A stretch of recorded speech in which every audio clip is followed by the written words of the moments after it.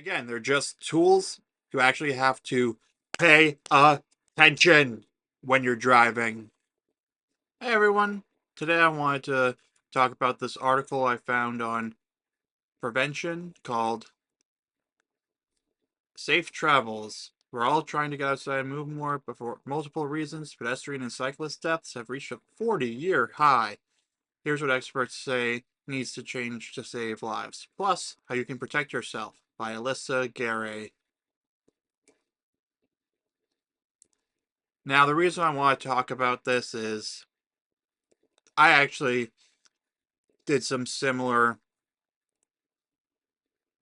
work in a mock thing for this communication class I did where I had to find facts and present evidence in relation to increased bike lanes over in Boston.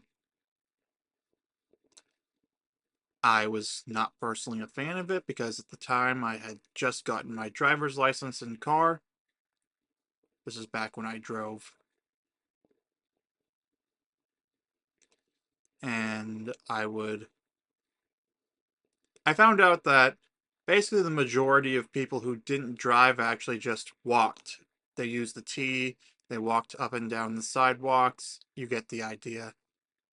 The T is what we call the MBTA because it generally has a big T on all the different public transportation vehicles, but that's beside the point.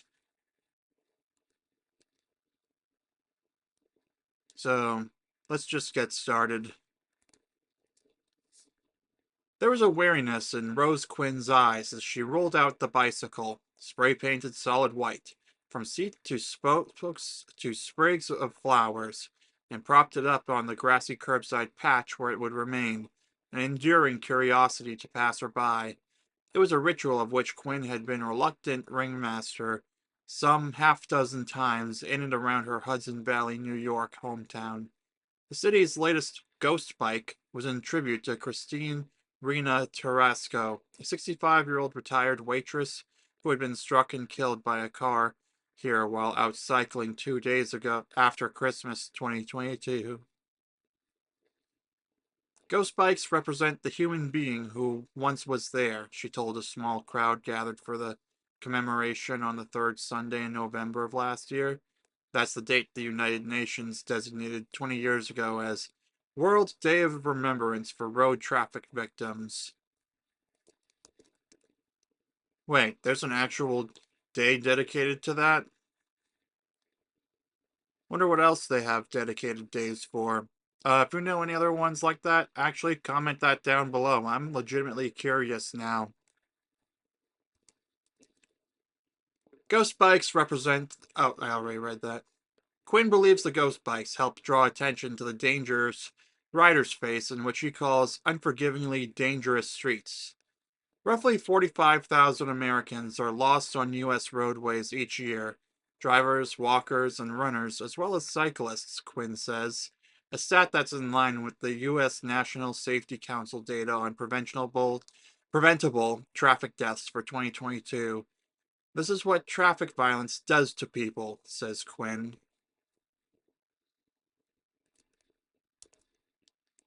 Yeah, I'd say it kind of proves that Walt Disney was right to have Epcot's car traffic all be underground.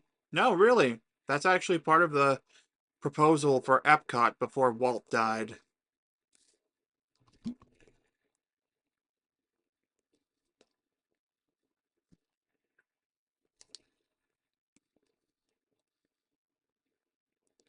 Yeah, remember, Epcot stands for Experimental City of Tomorrow.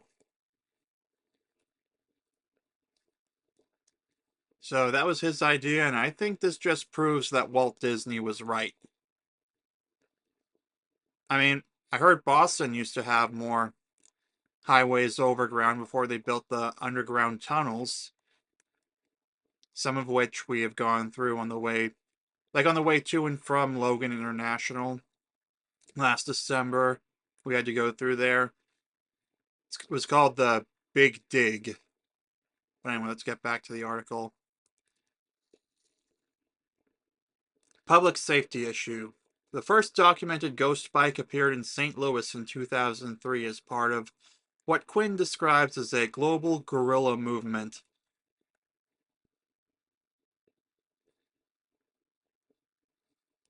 Such bikes are now in more than 200 locations worldwide. Of course, the number of ghost bikes is small compared with the number of cyclists who have been killed. Cyclist fatalities surged by 75% between 2010 and 2022, according to the Insurance Institute for Highway Safety, a nonprofit aimed at reducing traffic deaths by science and research. Walkers have not fared any better. Deaths of people on foot from motor vehicle crashes in the U.S. reached their highest levels in 40 years, with a 77% rise from 2010 to 2022, according to a recent report from the nonprofit Governor's Highway Safety Association. That translates to more than 6,500 pedestrians and nearly 1,000 cyclists killed in American roadway crashes each year, and more than 60,000 pedestrians and 130,000 bicyclists injured. It's a public health problem that has reached epidemic proportions, what former U.S. Transportation Secretary Pete Buttigieg called a national crisis on our roadways.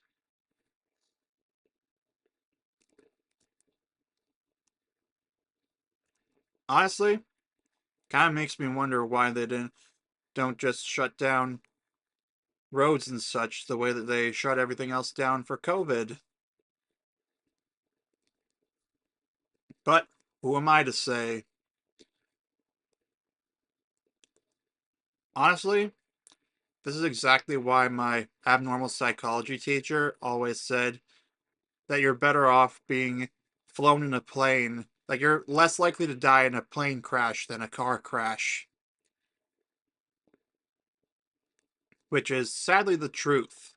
The reason I think that the statistic is the way it is because pilots are put through more heavy training compared to your typical American driver on the road.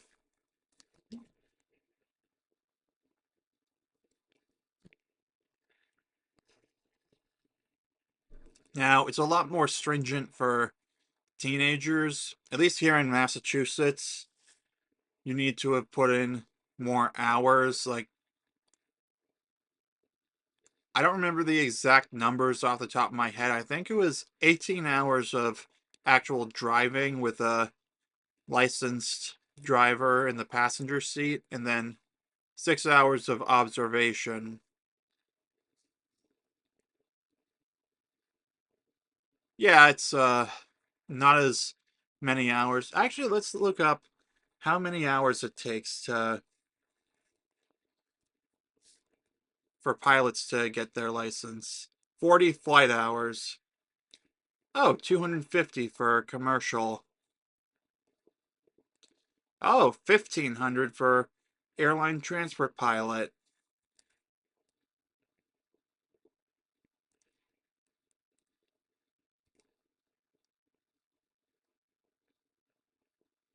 Honestly, maybe more practice would help. I don't know. Maybe it's because of how car dependent we are as a society, which is actually the reason that I was drawn to this article. I wanted to talk about it. I really like the idea of walkable cities or walkable communities of some kind. I mean, weirdly, I like the suburban layout where houses are a little more spaced out. But I also like the idea of being able to walk to get places you need to go. Honestly, I think Uber's a good alternative, and if you don't really go that many places and you get most things delivered, that might actually be cheaper in the long run. Don't quote me on that because I need to run the numbers through ChatGPT. But anyway, back to the article.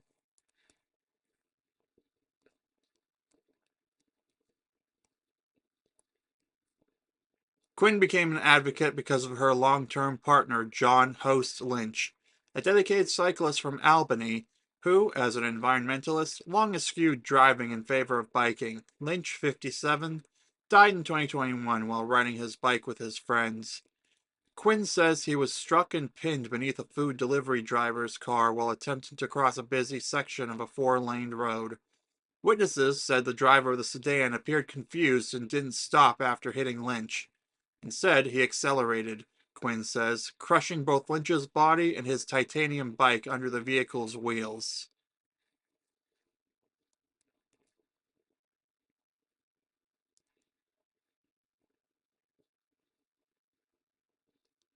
That's honestly really tragic, I'm not gonna lie. I can't think of anything else to say beyond that.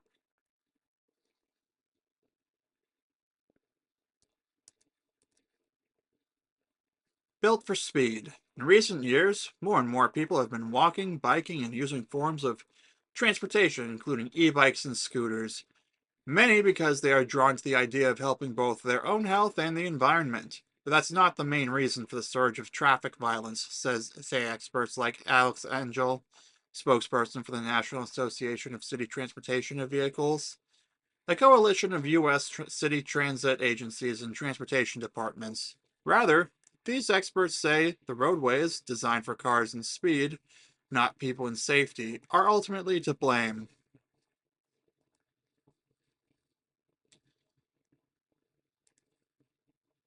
I will say it's why I like that they actually added more proper sidewalks along the path up to the office of my therapist, the building that's in, which is why I can manage to walk there and back.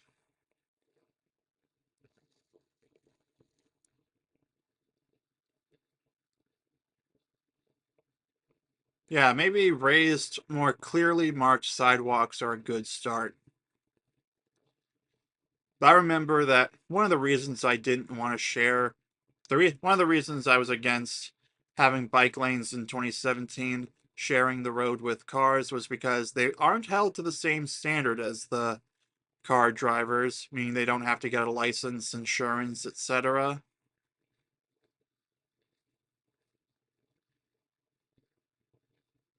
And that giving bike lanes that kind of space actually caused some of the road slowdowns. I think people should be free to get around as they see fit. Though, personally, I think I'm just going to walk where I absolutely have to. And if I feel like walking around more for leisure or hiking, I can just go to the Blue Hills. It's nice and far away from any sort of roads and cars, except for the parking lots. The problem has been further exacerbated by documented increases in reckless and distracted driving, which may be at least partially tied to the advent of cell phones. Fatalities actually decreased in the US from the 80s into the 2000s, but that trend began to reverse in 2009, right after the iPhone became much more prominent. Seriously, the original one dropped in 2007, started increasing in 2009. I wonder if there's a correlation. But hey, my abnormal psychology teacher said correlation doesn't always equal causation, so who knows?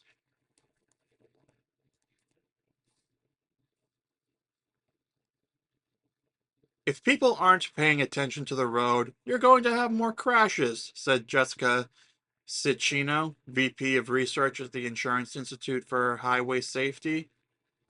Add that to a robust cohort of gig economy drivers working for businesses like Uber and DoorDash. These companies have made it easy to get things delivered in under an hour, whether takeout from a place across town or a roll of toilet paper from the drugstore down the block. There's an incentive to deliver as much as you can very quickly, because otherwise you're not making a livable wage, Engels said. And that rush culture can lead to unsafe maneuvering by drivers. An IIHS survey on distracted driving found that gig economy drivers whose workflow relies on their checking apps were 4 times as likely as other drivers to use smartphone apps regularly while driving. Another major contributor to the skyrocketing statistics, vehicles in the US have continued to grow bigger and therefore deadlier over the past 2 decades. SUVs and trucks now outnumber cars in most states. Uh, aren't they all cars? Or, well, it's kind of like when I have to put in the details of my mom's car or my dad's car, depending on who's coming with me, who's driving me to pick up an online grocery delivery. I don't want to say too much, but I will just say my mom's car is bigger than my dad's car. It's a different color. I have to change that, and I have to account for the size. And also, my dad's car being as small as it is, my mom says that is likely part of why my back gave out when I got out of it at the Star Market parking lot, which is ridiculous because I have gotten out of that car several times since he got it recently. I don't even want to know how it got there. Well, actually, I should probably figure that out so I don't suffer from that back pain.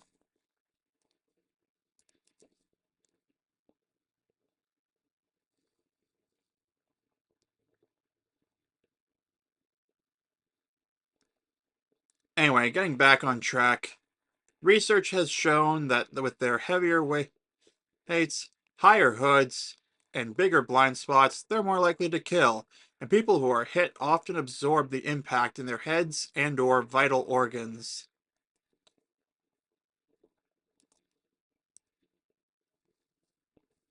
Okay, I remember watching Aaron Clary some time ago raging against the whole early warning systems that are in the more modern cars, the quote unquote electronic junk, as he put it. But honestly, this is probably why these are becoming mandatory. Any competent driver of sound mind now has an early warning system. Now, sure, you still have to not be a distracted driver. That's a good start. But because of all the flaws that article just pointed out, I think it makes sense now. And honestly, if it saves lives, I'm all for it. But if you want to be like Aaron Clary and never get a brand new car again because of this, he's an adult, and what he does with his money is his choice. I respect his decision. I respect your decision if you don't want all that electronic junk, as he puts it, or as I like to call it, useful tools that should just be used as that, tools. Not crutches, not albatrosses, tools. Well, then again, I'm really one to talk because I'm not a driver. I haven't driven a car in over 3.5 years now.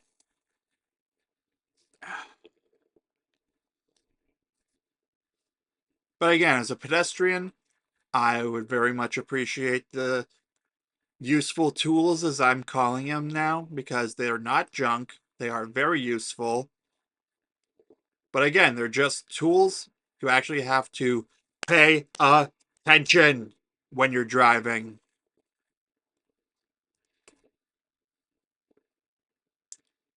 Back to the article. Lessons to learn. After Lynch was killed, Quinn felt that little about her life made any sense, but in the 4 years since his death, she's found her voice as an advocate.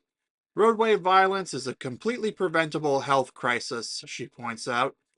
I wholeheartedly agree.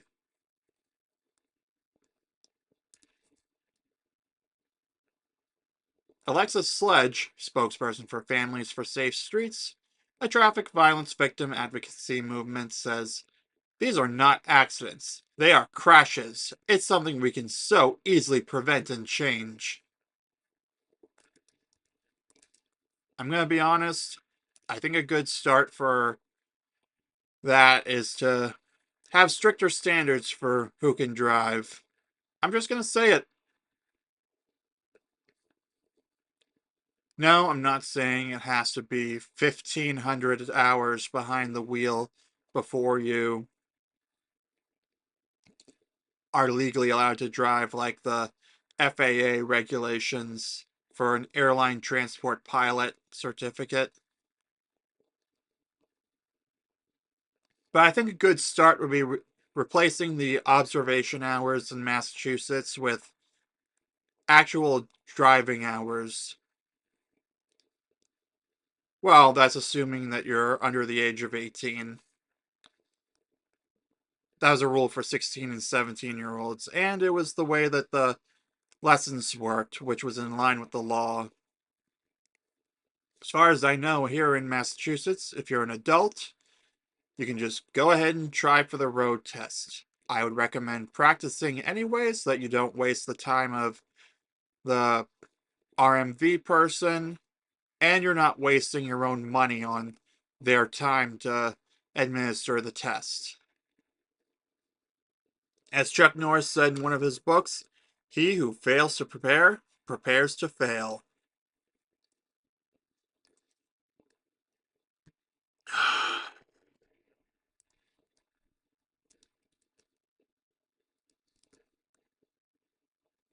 Experts like Engel concur. Other places have really tackled it and had much better results than we have, he says. European countries that haven't seen an increase in pedestrian fatalities could be models for the US, experts say, in areas such as street redesign, speed enforcement, legislation, and how vehicles are designed and regulated. One roadblock, no pun intended, that I can think of is you'd have to essentially outlaw older cars that don't have the useful tools, as I call them. They are not electronic junk. They are not nagging people. Hey, that's how Aaron Clarey put it. Honestly, the reason I unsubscribed to him is because I'm fed up with him raging against every new thing. Yes, sticking to the core principle of good product for a reasonable price is a good thing, but you have to accept some kind of innovation and you have to bear with IT stuff like mobile orders to make it happen. Because in the long run, it actually is convenient. I should know. I got an online order pickup of groceries on Wednesday. I got everything I paid for,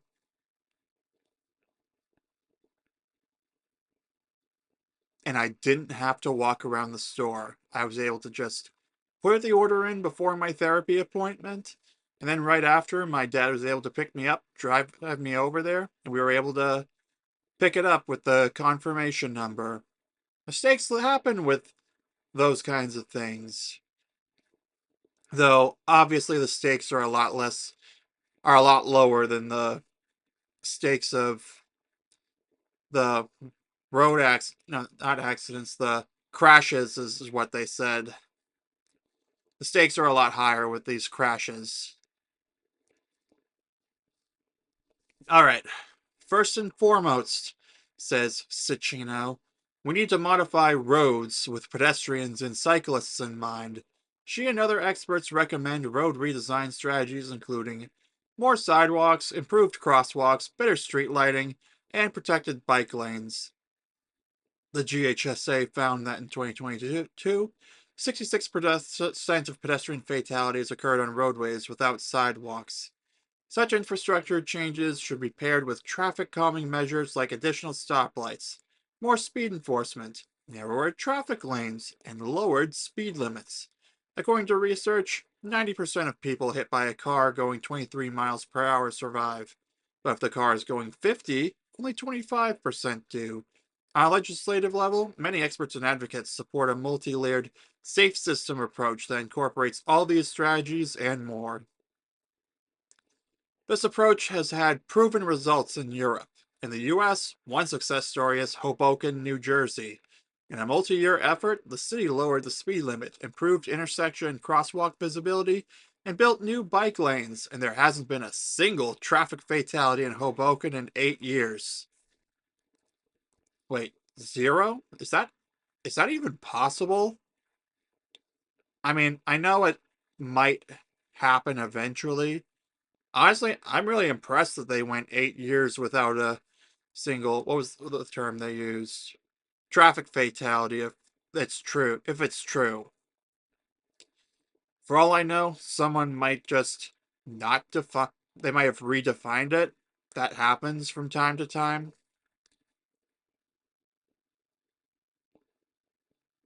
But yeah, if it's working in Hoboken, an American city, I think that's a better start than a European one because Europe and America are pretty different. Europe has a lot more walkable communities.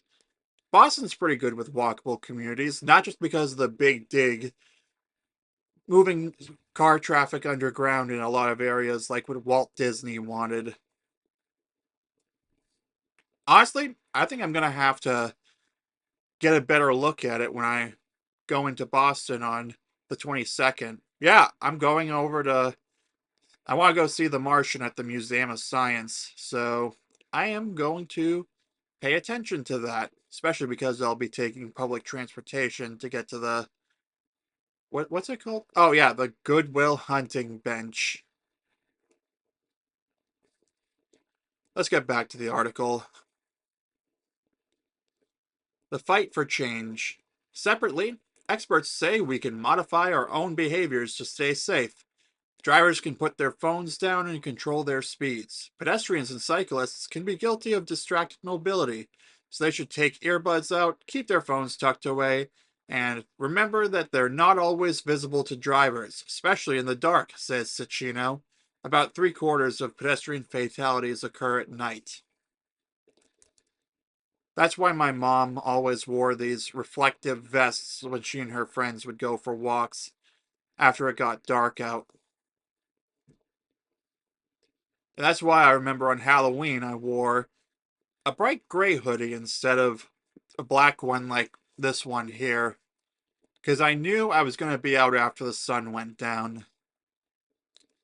But looking at the rest of this article, this is going to get into something that I can personally, that into something that I personally, if you watch the channel, I think you'll see that I'm going to have thoughts on this.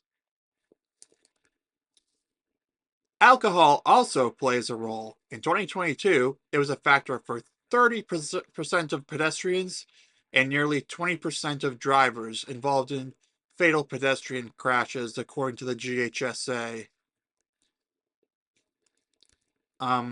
Is that 30% of pedestrians, meaning 30% of pedestrians involved were drunk and 20% of drivers were drunk?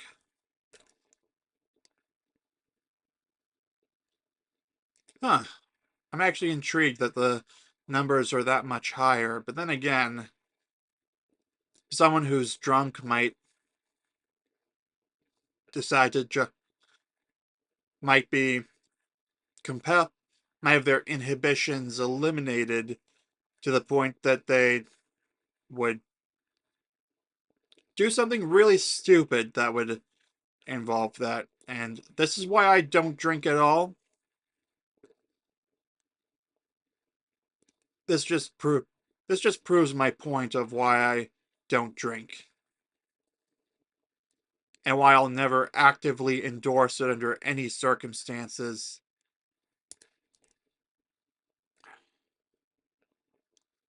But while experts say we can modify some of our own behavior to help us stay safe, see below for tips, they concur that it's the system, not individual behavior, that needs the most improvement.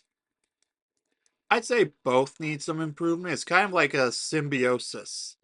You know, the system is set up the way it's set up, And then we, the people, have to either adapt to it or petition for changes like what they're trying to do here. I mean, the founding fathers were all about petitioning for change, and look what happened. We have America.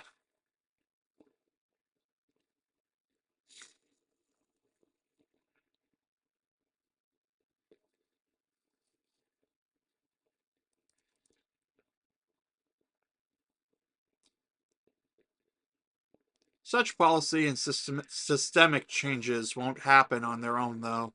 They'll happen only when we have many people asking and fighting for them, Sludge says. Solutions come primarily at the local level, so consider calling community representatives or going to meetings such as those of town or city councils to raise concerns about street safety and call for infrastructure improvements. Coordinating with an activist organization, national groups like the League of American Bicyclists and America Walks have local affiliates, can help you navigate the nuances of local government and amplify your efforts. You're always going to be stronger together, Sledge says. Quinn plans to speak out using Lynch's story to push legislators to act in Washington, D.C. and Albany, New York this spring while showing up for the other victims. When something this violent and sudden happens, it's just earth shattering for the family members going through it, and for the communities grappling with it, she says. The tendency to think, well, this is what it is to live in modern times. I don't accept that. There are a lot of us who don't accept that. As you can see here, you have the tip list, slow down, space of cyclists, put your phone down. I can completely agree with that. And it's on both sides. I'm going to be honest, when I walk to and from my therapy appointments, I make it a point not to pull my phone out. And if I have my AirPods in, I have them in transparency mode. As far as I'm concerned, active noise cancellation is only for around the house or if I'm sitting down somewhere. Like right now, I have active noise cancellation on to block out the white noise machine, which is also blocking out outside noise so that the microphone only picks up my voice. The reason you can't really hear it is because I have voice isolation enabled. Thank you, Mac OS. Excuse me. Be aware of your visibility. Stay sober whether you are walking, biking, or driving. That's one I can get behind. Follow the rules of the road. I can get behind that one too because these rules exist for a reason. Some people act like these rules were just pulled out of thin air by someone. No, it's based on actual evidence. They exist for a reason. Stop signs exist for a reason. They aren't a suggestion. Yield signs exist. Yes, the roads can be a little better, but you know what? It does take some personal initiative. Cycle with a group, plan safe routes with apps, consider Bike Radar. Oh, so they have the electronic junk, aka useful tools, for bicycles as well. Ah, that's pretty cool. Will it work for pedestrians, though? That's what I want to know. And that's the end of the article. So, yeah, 2017, I was not a fan of bike lanes. Honestly, I think that Walt Disney was completely right with his vision of Epcot. All car traffic should just be moved underground. I say there should be more walkable areas with driving being used to get from one concentrated walkable area to another. I still prefer the layout of suburbia in terms of houses and the spaces between them and all that. I've watched this other I've watched this guy who rages against the sameness of America and the car dependency, which I don't completely disagree with, but I also prefer houses over apartments for living spaces.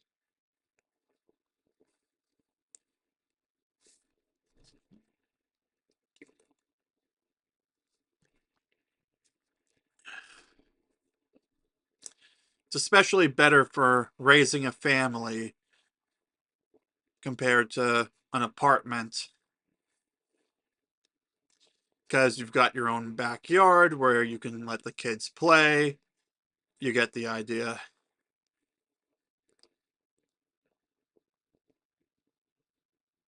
Personally, I don't really like the idea of apartments, which is what more of these walkable communities have, because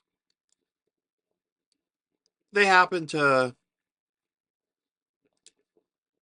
Because if because if the fire alarm goes off in one unit, everyone has to evacuate the building. Yeah, I don't like the idea of that. It's why, if I'm ever forced to move out of my parents' house at some point, I am always going to look to rent a house if I can't afford to buy one.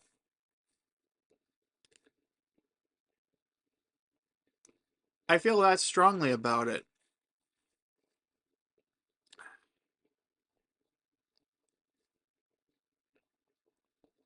Anyway, one of the videos I watched more recently about the whole car dependence, they went on about how since America separated housing zones and business zones, that's creating more car dependency.